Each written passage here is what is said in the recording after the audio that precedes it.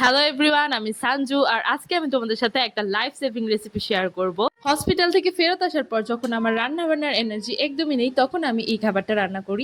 তোমরা যারা হোস্টেলে থাকো, সামনে এক্সাম কিংবা রান্না করার মতো এনার্জি বা সময় একদমই নেই, তখন তোমরা এই খাবারটা রান্না করতে পারো। এই খাবারটা রান্না করার জন্য প্রথমে একটা বাটিতে কিছু চাল নিয়ে নিবা, আর সেই চালের পরিমাণের অর্ধেক ডাল নিয়ে নিবা। আর চাল ডাল একসাথে মিশায়ে তারপর এটাকে একদম ভালোভাবে ধুয়ে ফেলবা। আর ডাল যখন ধোয়া শেষ হবে, তখন এটার মধ্যে আরো কিছু পানি দিয়ে এটাকে ভিজায় রাখবা প্রায় আধা ঘন্টার মতো। যত বেশি ভিজায় রাখবা তত বেশি তাড়াতাড়ি সিদ্ধ হবে চাল ডাল।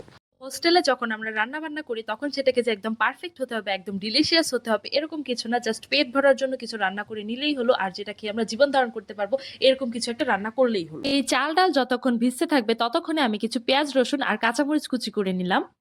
তারপর একটা পাতিলের মধ্যে ওই ভেজানো চাল ডাল দিয়ে দিব, পানি দিয়ে দিব, আর যে পেঁয়াজ রসুন কুচি করে রেখেছিলাম সেই পেঁয়াজ রসুন দিয়ে দিব।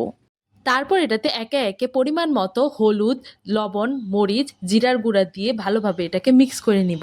এটা যেহেতু একটা ল্যাটকা খিচুড়ি রান্না করব, তাই খেয়াল রাখতে হবে পানির পরিমাণটা যেন চাল ডালের চেয়ে 3 গুণ পরিমাণের হয়। প্রথমে পানিটা ফোটার জন্য টেম্পারেচার বেশি রাখবো। তারপর পানিটা যখন ফুটতে শুরু করবে, তখন টেম্পারেচার 1200-তে এনে 20 মিনিটের জন্য টাইমার সেট করে রেখে দিব।